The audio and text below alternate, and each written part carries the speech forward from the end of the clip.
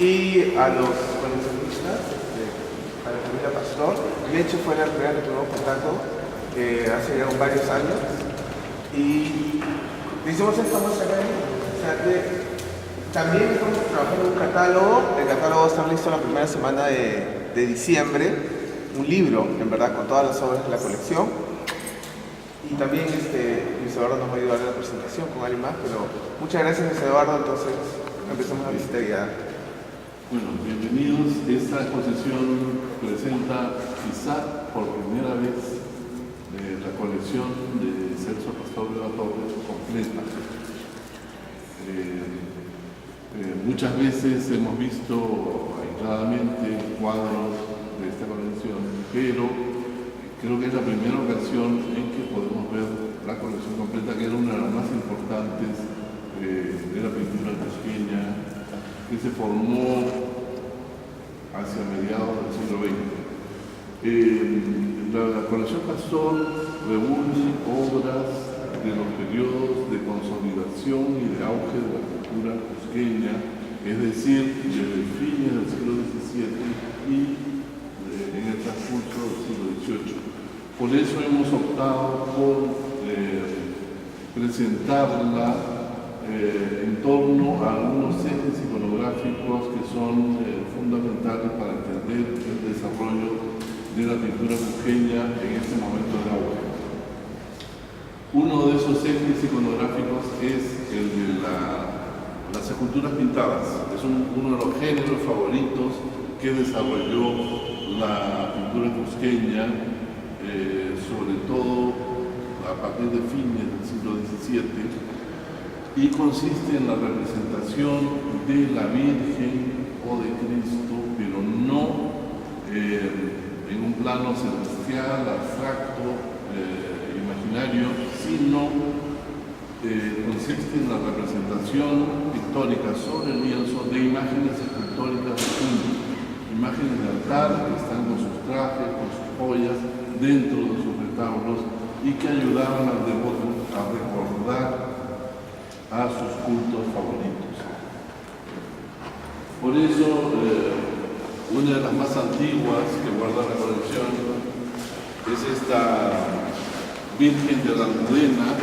La Virgen de la Almudena era la patrona de Madrid, era la titular de la parroquia de la Almudena, donde el obispo Molinero había sido cura, párroco. Era la parroquia del rey también, entonces tenía mucha importancia. Y al venir al Cusco como obispo, Molinero trae pinturas y grabados de la Virgen de la Almudena, que luego son trabajados por los pintores locales. Uno de los más importantes es Basilio Santa Cruz, que representa al obispo, representa a los reyes de España como donantes delante de la Virgen de la Almudena, que era la patrona de Madrid, y a él, junto a la Virgen de Belén, que era la patrona del Cusco, y de ese modo se traza un paralelo muy interesante entre las vírgenes patronas de Madrid y del Cusco. Esta es una de las mejores representaciones de la Virgen de la Almudena. Deriva probablemente de la de Santa Cruz en la catedral y reúne todos los elementos iconográficos, salvo la serpiente.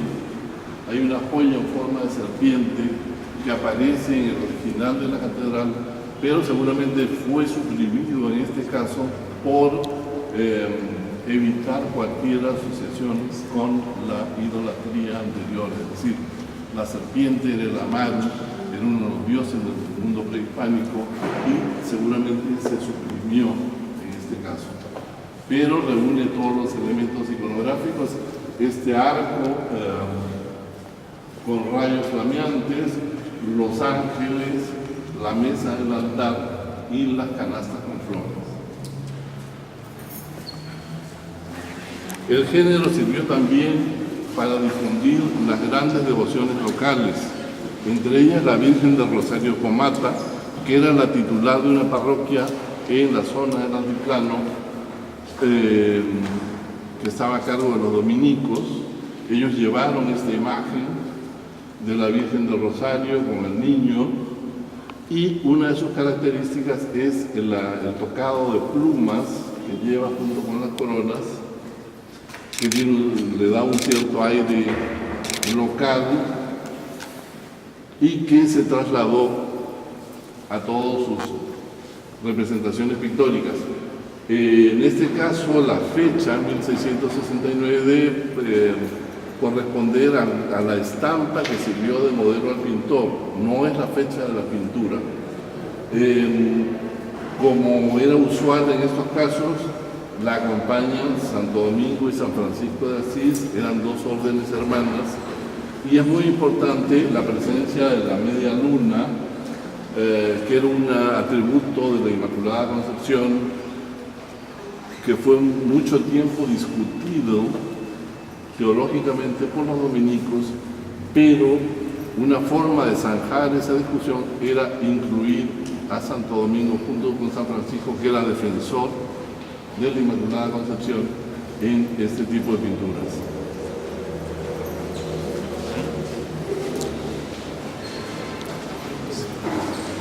El Señor de los Temblores es una imagen, es un Cristo que sigue el modelo del Cristo de Burgos, que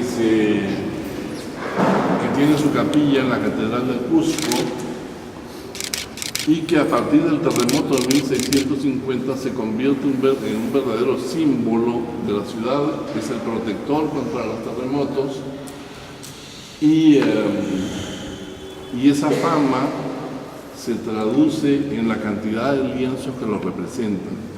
Generalmente se le muestra dentro de su altar, como en este caso, y rodeado de los espejos que lo adornaban. En esa época, los espejos eran objetos muy caros, que venían de Europa, muy costosos, y era un signo del lujo que se ofrendaba al Señor de los Temblores.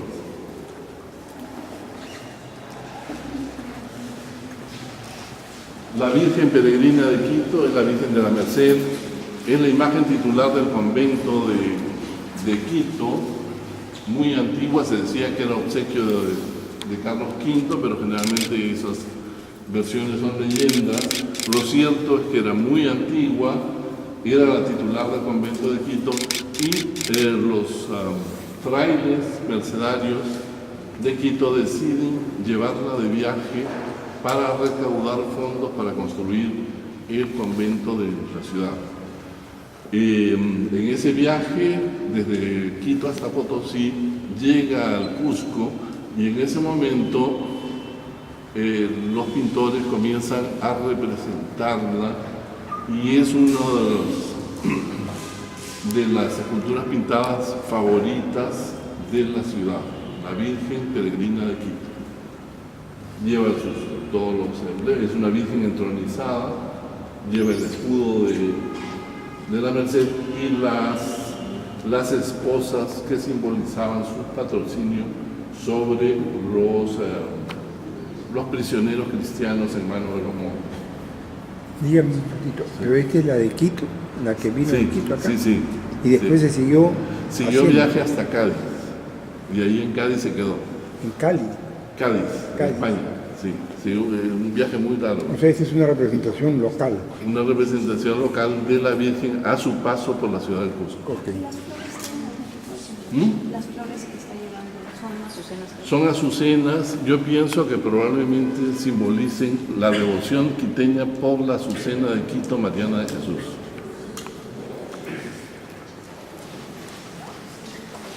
La Virgen Candelaria fue la favorita en la zona del altiplano. Yo pienso que esta representación puede ser la de Copacabana, aunque no tenemos más elementos para identificarla, pero es una Virgen de gran calidad pictórica, con un brocateado dorado muy fino, y uno de sus elementos distintivos es la Candelaria en forma de seta torcida, que se suponía que servía para evitar que imagen o sus vestiduras se quemaran a consecuencia del fuego encendido.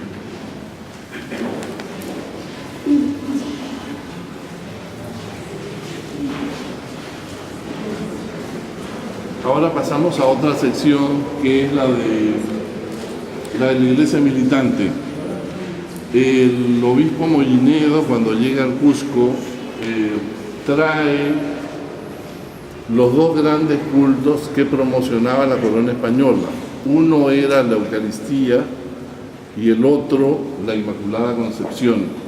A ellos se sumaban el júbilo que había en todo el Perú por la canonización de Santa Rosa de Lima. Santa Rosa de Lima es canonizada en 1671, lo cual coincide prácticamente con la llegada del obispo Mollinedo al Cusco, y él es uno de los grandes promotores de la iconografía de exaltación de Santa Rosa de Lima. Esta pintura deriva de otra que se encuentra en el monasterio de Santa Catalina del Cusco, monasterio dominico, en la que se ve el ingreso de Santa Rosa al cielo. Evidentemente es una imagen de exaltación criolla porque incluye el escudo de la ciudad de los Reyes del Perú junto con el escudo dominico. Aquí vemos también la figura de Santa Rosa vinculada con la defensa de la Eucaristía. La defensa de la Eucaristía es la elaboración de un tema que viene de la iconografía española, pero que alcanza carta de ciudadanía en el Cusco. El rey de España se enfrenta a los moros, a los sarracenos, en la defensa de la Eucaristía. Pero lo interesante en este caso es que el soporte, la columna que sostiene la custodia, es Santa Rosa de Lima, que de ese modo se vincula con la monarquía española y con la defensa del catolicismo.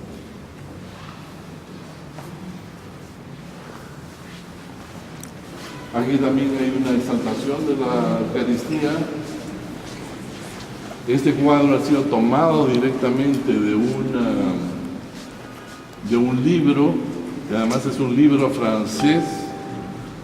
La leyenda está en francés, es un libro que se publicó a mediados del siglo XVII y que fue reelaborado por los pintores de Cusco en esta versión en la que curiosamente se ha suplantado el cáliz que se veía en la portada original por esta custodia que es típica del barroco cusqueño. Es una custodia barroca que alcanzó un desarrollo estilístico muy importante en el Cusco en la segunda mitad del siglo XVII. Otro cuadro basado en una portada del libro es este de las felicidades de España. En él vemos una portada arquitectónica, al centro una reina que no es una reina en concreto, sino es una representación alegórica de la monarquía española, que está rogando a Dios por la felicidad de la monarquía, que en ese momento se veía amenazada porque no tenía un sucesor. Había muerto el príncipe Baltasar Carlos.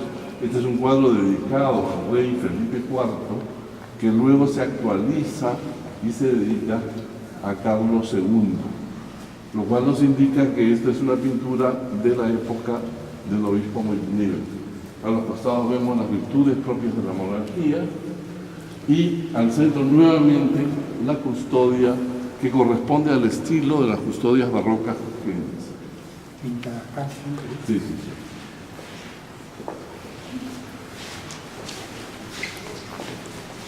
Los agustinos promovieron este tipo de iconografía en la cual San Agustín, el doctor de la Iglesia, se convierte en el protagonista principal. San Agustín está rodeado de los doctores de la Iglesia y está también por encima de Santo Tomás de Aquino que es el padre de la escolástica. Es una pintura altoperuana, por sus rasgos estilísticos, no es pequeña, procede de la zona del altiplano, al igual que esta,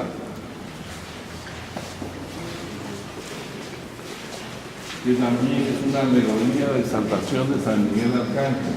San Miguel lo vemos con la balanza con la que pesan las armas, la espada flamígera, y está acompañado por San Agustín. Recordemos que la orden agustina tenía una presencia muy fuerte en el altiplano, San Ignacio de Loyola y Santas Carmelitas debajo de la Santísima Trinidad.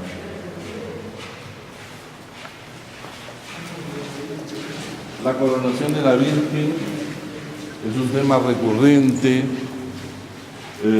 que se vincula con la exaltación de la Inmaculada Concepción. Aquí la Virgen está con la media luna propia de la Inmaculada Concepción, acompañada por Santo Domingo y San Francisco de Asís, en una pintura bastante tardía de la escuela quiteña, que creo que es el único ejemplo de pintura quiteña que existe en la colección Pastor. Otra pintura altoperuana es esta Virgen de la Merced. Vemos a la Virgen de la Merced que retoma el papel de la Virgen de la Misericordia, que ampara bajo su manto a sus fieles, pero en este caso son los grandes personajes de la historia de la orden mercedaria. Están los papas, los fundadores, San Pedro Nolasco, San Ramón Nonato, los reyes que apoyaron la fundación de la orden mercedaria, y su estilo también nos remite a la zona del altiplano, probablemente a Potosí.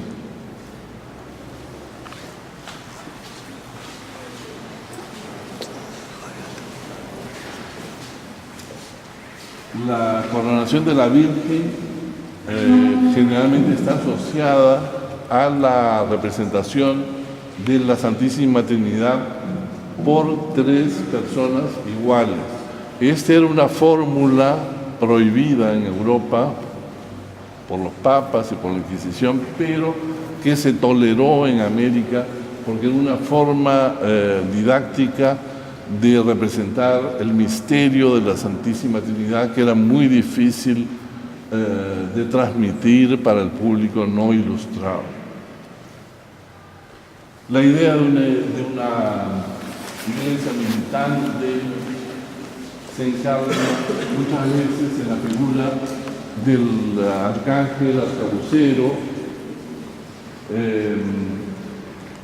Los arcángeles tradicionalmente se habían representado con las armas de los soldados romanos, con lanzas, con espadas, con armaduras de la época del Imperio Romano, pero en el Cusco se adopta esta fórmula que deriva de los tratados de arcabucería. Los ángeles y los arcángeles son representados con los trajes de las guardias reales de la época y armados con el armamento más moderno del momento, ¿no? Que eran los arcabuces, las armas de fuego que habían causado un impacto muy grande en el mundo andino a raíz de la conquista.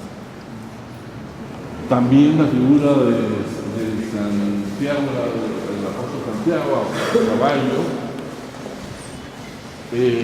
se asociaba con el milagro de la conquista. En el Sunturhuasi, cuando los españoles están sitiados por las tropas de Manco Inca, aparece de pronto la Virgen y también Santiago, que era una figura mítica también de la época de la Reconquista española, que luchó contra los moros. A veces lo vemos en el papel de mataindios, cuando se recuerda su intervención en la conquista, pero aquí figura como matamoros, y es una fórmula más común en el sentido de que los moros eran un enemigo compartido por los indígenas y los españoles, de modo que era una fórmula consensual que permitía representar al apóstol Santiago como patrono del mundo colonial hispanoamericano y enemigo de los infieles, los moros en este caso. Está en plena batalla y su caballo está pisando a los moros, que tienen unos rostros bastante caricaturescos. En la parte superior vamos a ver una exaltación de la figura de San Miguel Arcángel, otro personaje que tiene un protagonismo muy militante, en el sentido de que es el enemigo del demonio, de las fuerzas del mal, y aquí aparece triunfante con su banderín, con el emblema de Jesús, junto a la Virgen del Carmen, lo que lo coloca como rescatador de las almas del purgatorio. La Virgen del Carmen salvaba a las almas del purgatorio con el escapulario, y aquí San Miguel está apoyando ese papel salvífico de la Virgen del Carmen respecto de las almas del purgatorio que se ven en la esquina inferior izquierda.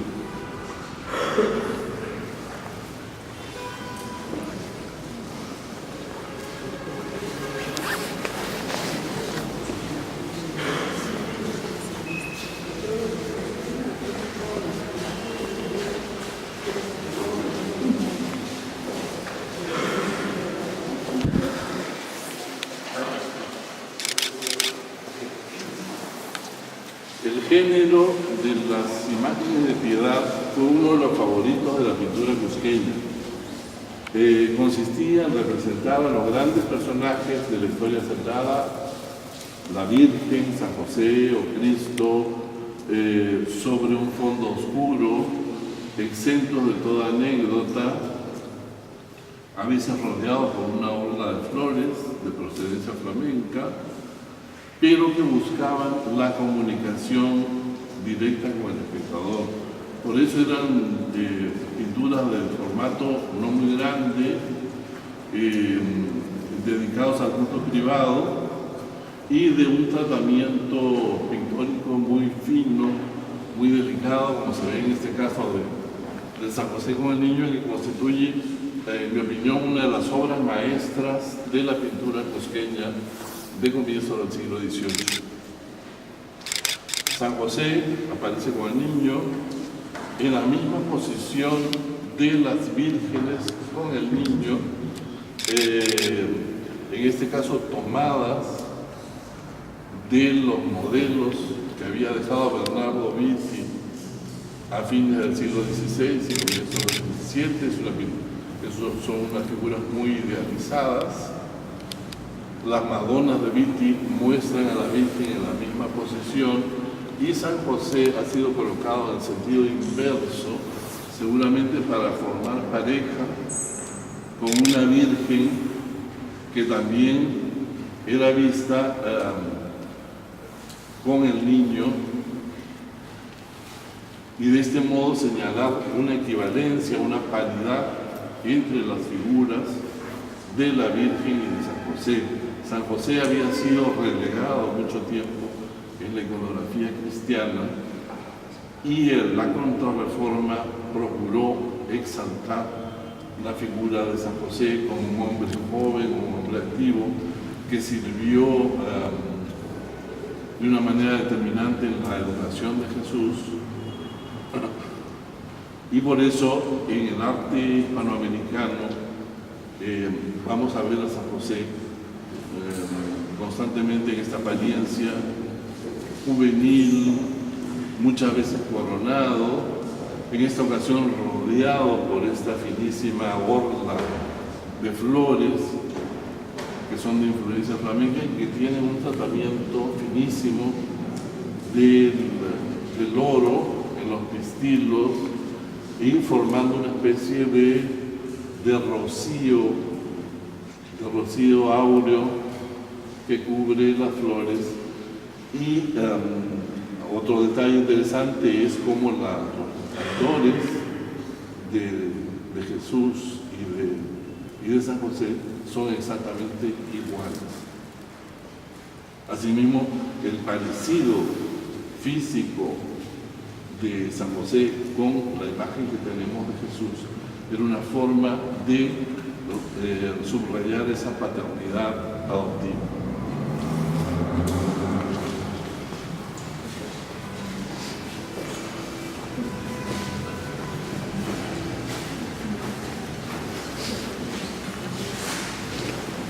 Uno de los antecedentes más antiguos de las imágenes de piedad en Cusco es la tabla flamenca que sirvió de modelo a esta pintura.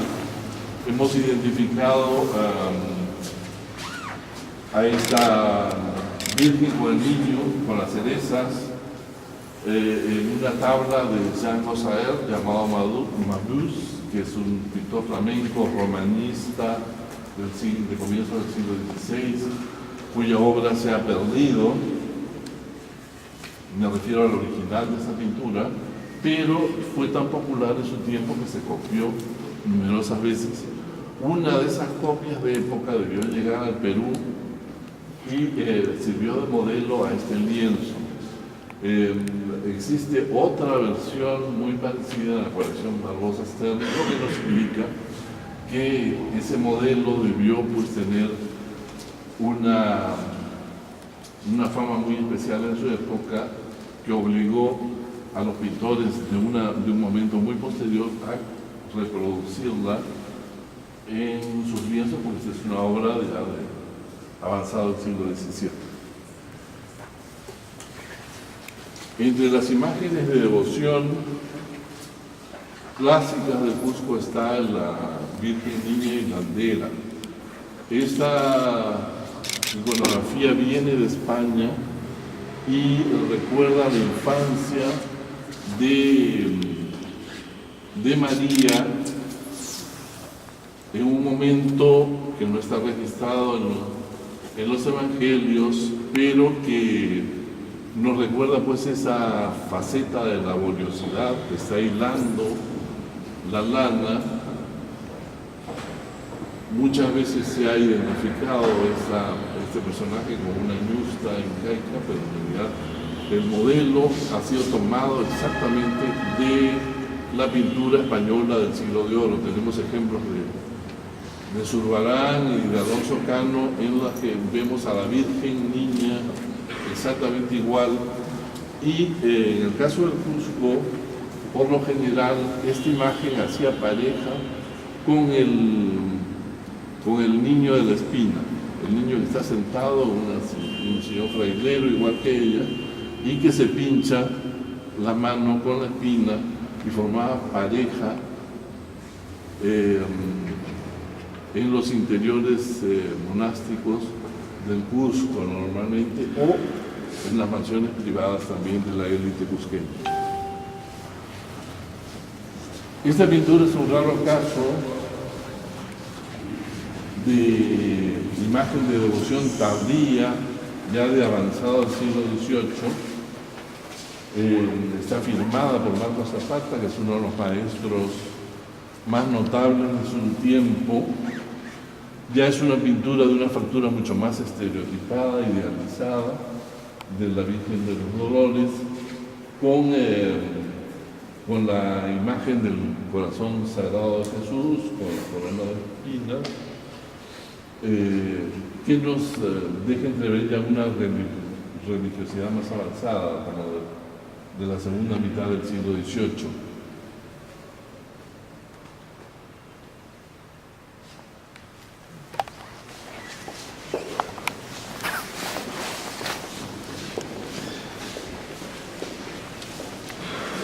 Las escenas y los ciclos de la vida de Cristo y de la Virgen son también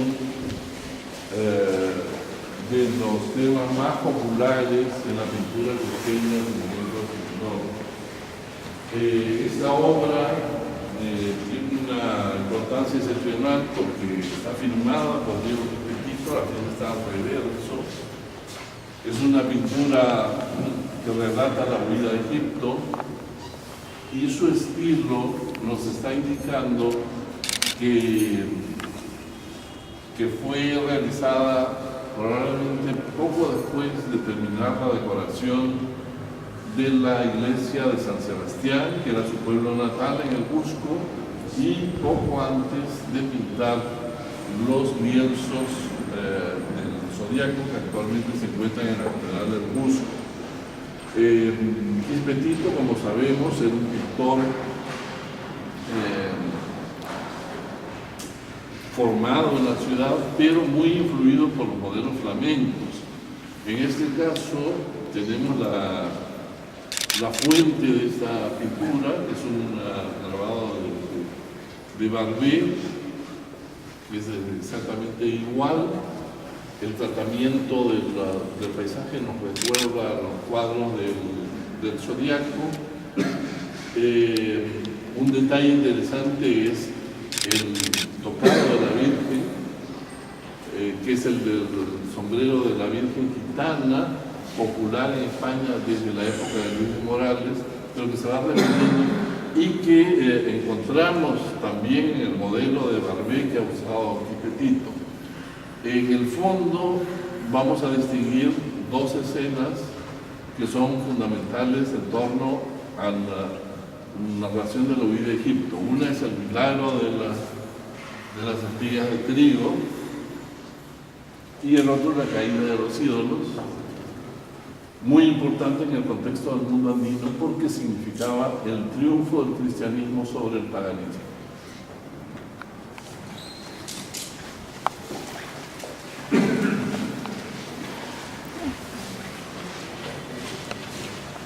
Aquí tenemos otras escenas de la vida de Cristo, unas tomadas de modelos de la escuela de Rubens, como esta, por ejemplo, de una pintura de Segers grabada por Wordsworth, que fue muy popular, que representa el retorno de Egipto ya con el niño poco crecido, con los padres, y al mismo tiempo tiene un sentido simbólico, es decir, es el retorno de Egipto, pero también significa la doble trinidad, es decir, la trinidad terrena, que es representada por la Sagrada Familia, y la trinidad divina, que es el eje vertical, el Padre, el Hijo y el Espíritu Santo.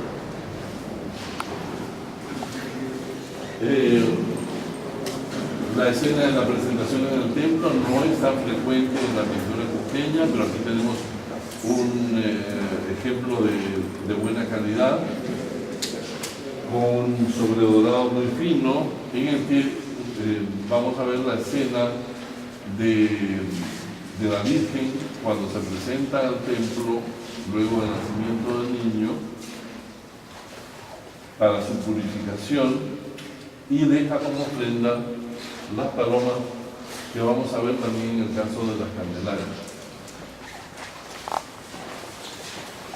Esta es una pintura bastante tardía, de una factura primitiva, pero que es muy interesante porque nos anuncia el desarrollo de lo que llamamos pintura popular, de la pintura tardía que surge en los ámbitos rurales y que se afirma incluso luego de la independencia, en todo el ámbito rural surandino. La escena está basada en un grabado flamenco, pero tiene muchos elementos que son introducidos por el pintor, como por ejemplo esta figura de la pastora vestida a la moda del siglo XVIII y las figuras de las campesinas que aparecen como donantes en una escala mucho menor junto al niño Jesús. Esta tabla es una pintura española, se conservan pocas pinturas de procedencia española, circularon, sobre todo a comienzos del siglo XVII, es una pintura de alrededor de 1630, del ámbito de Castilla, tal vez de Toledo, que nos presenta la escena de la última cena, la que se llama la cena legal, es decir, no es la cena eucarística en la que Jesús instituye el sacramento de la Eucaristía, sino la cena con el Cordero Pascual, que ocupa el centro de la mesa, y la figura de Judas a un lado, que deja ver la bolsa con las monedas que simbolizan su traición.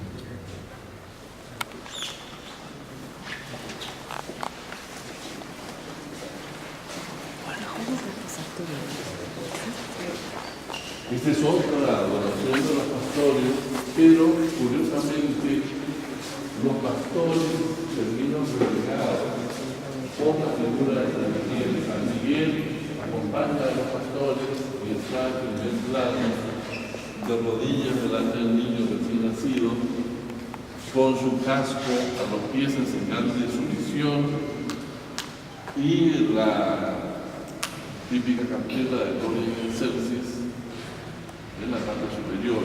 El uso de la luz es algo muy importante en esta cultura, irradia de la figura del niño, que ilumina a la figura de San Miguel, pero deja a los pastores prácticamente en la penumbra.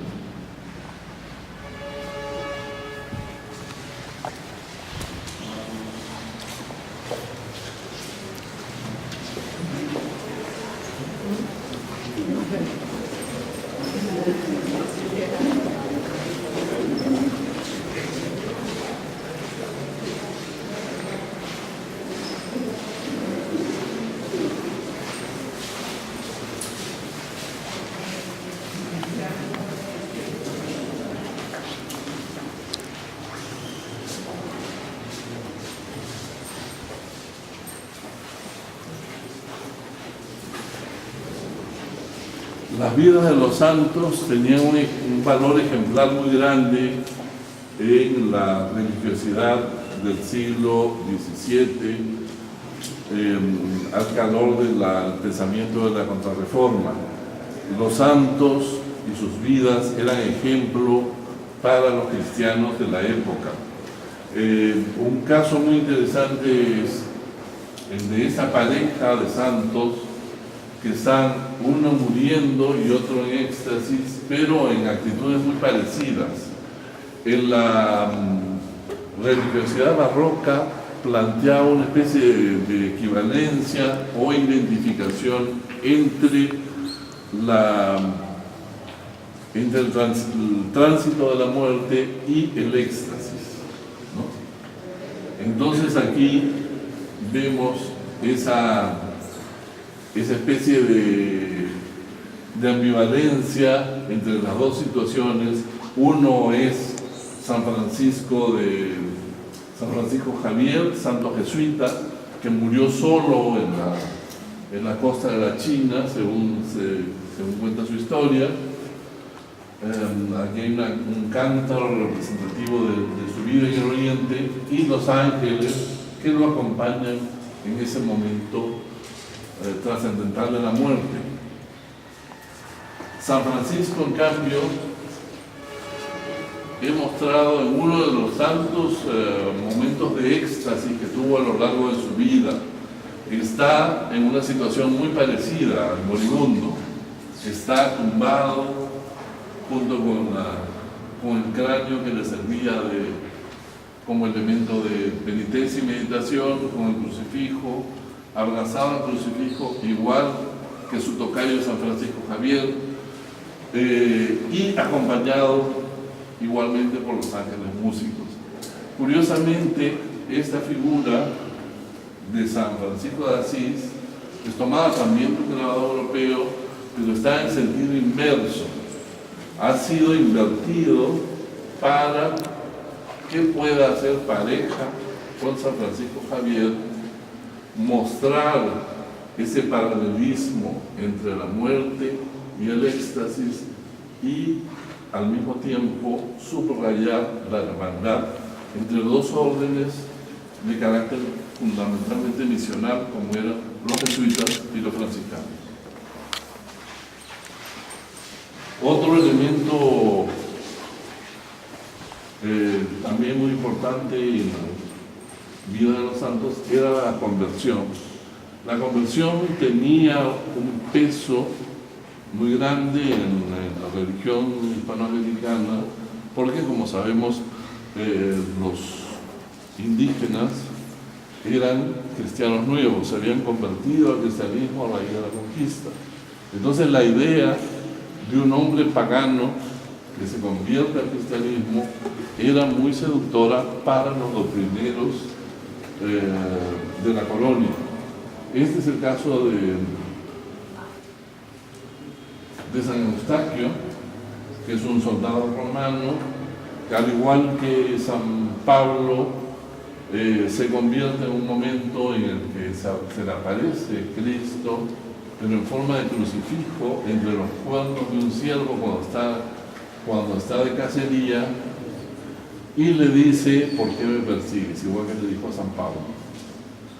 Entonces esta escena servía además para presentar una escena de cacería muy simpática, con el perro, con los caballos, y enfatizar también la importancia que tenían las imágenes en el culto religioso.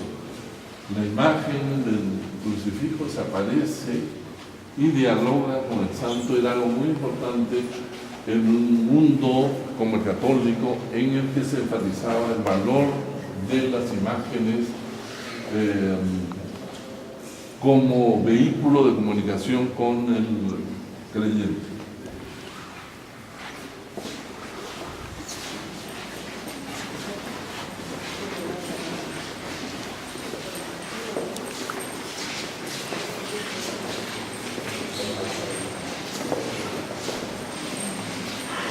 Aquí tenemos el caso de otra pintura española, que es Santo Tomás de Aquino. Curiosamente se le representa joven, delgado, porque la imagen clásica de Santo Tomás es como un hombre robusto y maduro. Aquí está joven, con su símbolo de la cadena áurea y del sol, y atento a la inspiración divina. Es una pintura de importación española. El género de las imágenes, de los paisajes sacralizados,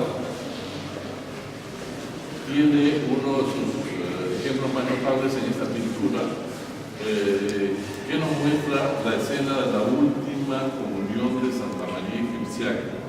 Santa María Egipciaca es una de las santas de la época inicial del cristianismo, y que también constituye un ejemplo de conversión. Es una mujer mundana que se convierte a la fe cristiana, se retira en penitencia al desierto, y aquí la vemos en una imagen del desierto que más bien es un espacio idílico, paradisíaco, lleno de verdor y de árboles y de aves multicolores, en la cual viene San Zósimo a administrarle la última comunión, y al año siguiente se produce la escena que vemos al fondo, que es el entierro de la santa, que hace el propio San Zósimo, ayudado por unos leones.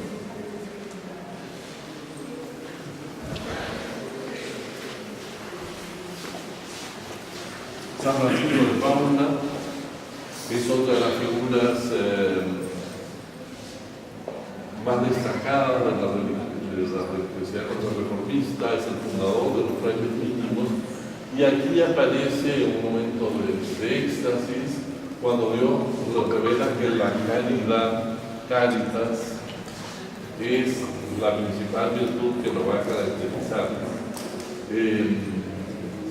Lo mismo se ve en el libro que está abierto sobre el altar, y nuevamente vemos la relación entre el personaje santo y la imagen religiosa con el crucifijo que está sobre el altar.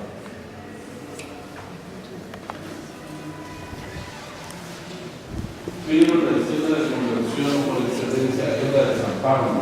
San Pablo Apóstol es un soldado romano que perseguía a los cristianos y en un momento cae del caballo y aparece en el cielo la figura de Cristo que le dice: ¿por qué me persigues? Esta escena fue motivo de numerosas pinturas y en el Cusco se tomó de grabados europeos en varias ocasiones. Esta versión tiene la característica del sobredorado, un sobredorado fino, y el pintor ha procurado reproducir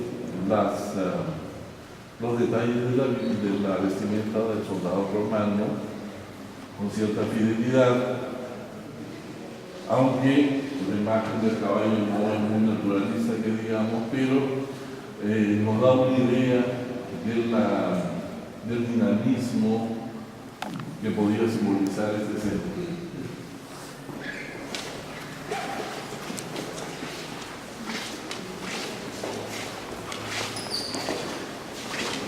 En el mundo andino y en América en general, los temas del Antiguo Testamento tuvieron un protagonismo mucho más grande que en la Europa de su tiempo.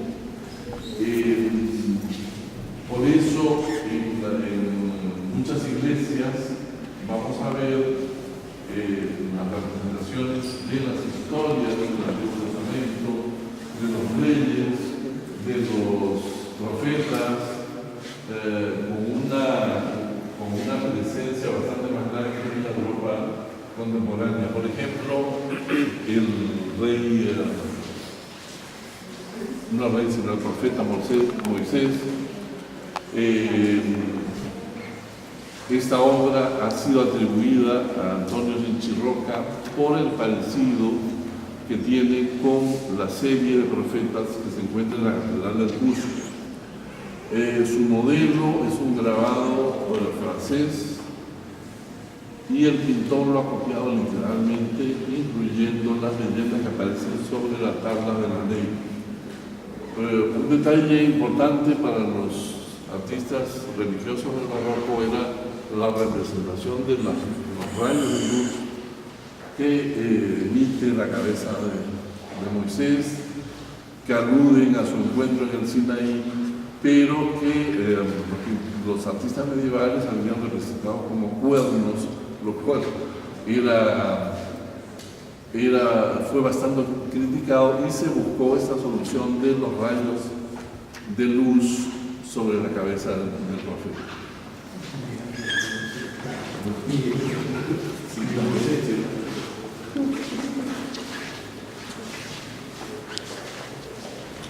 Otra historia favorita era la de la reina Esther, una de las heroínas del pueblo de Israel, que salva a su pueblo frente al rey Asuero.